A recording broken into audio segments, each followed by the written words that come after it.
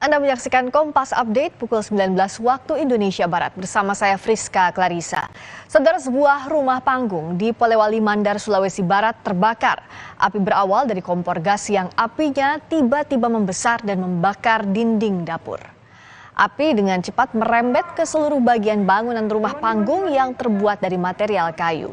Kencangnya angin membuat api makin membesar dan membakar badan rumah.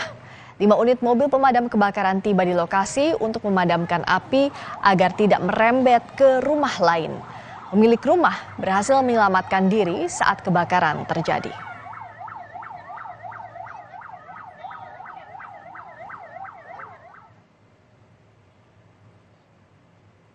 Demikian Kompas Update kali ini. Kita jumpa di Sapa Indonesia Malam sesaat lagi. Sampai jumpa.